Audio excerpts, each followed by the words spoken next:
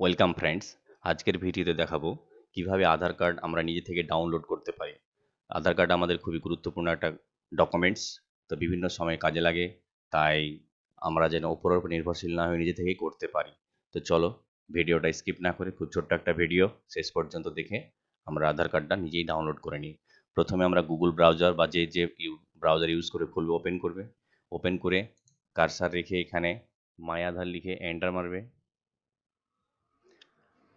তারপরে ওপরেই আধার লেখা আছে, সেইখানে ওপরেই আধার লেখা আছে সেখানে ক্লিক করবে।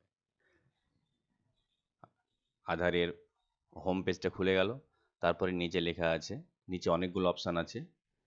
ডাউনলোড আধার, মাই আধারে গিয়ে অনেকগুলো অপশান পাবে, তারপরে ডাউনলোড আধার। তো চলে আসবে এখানে Aadhaar number, enrolment number, virtual number, SID number দিয়ে ডাউনলোড করা যেতে পারে। তো আমি এখানে আধার নম্বর দিয়ে ডাউনলোড করব, তাই আমি এখানে আমার আধার নম্বর দিয়ে দিচ্ছি। তারপর এখানে ক্যাপচা দিতে হবে। তারপরে সেন্ড ওটিপি। ওটিপি দিলে মোবাইল রেজিস্টার্ড মোবাইলে একটা ওটিপি যাবে।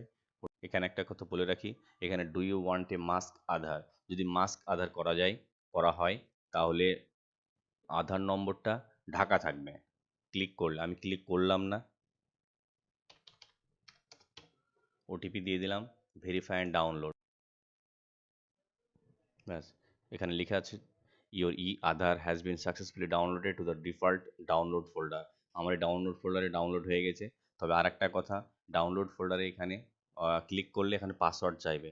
পাসওয়ার্ডটা হচ্ছে তোমার ফার্স্ট নেমের বড় ক্যাপিটাল লেটার লিখবে, প্রথম 4 অক্ষর, তারপরে ডেট অফ বার্থ ইয়ার, জন্মের যে বছর সেটা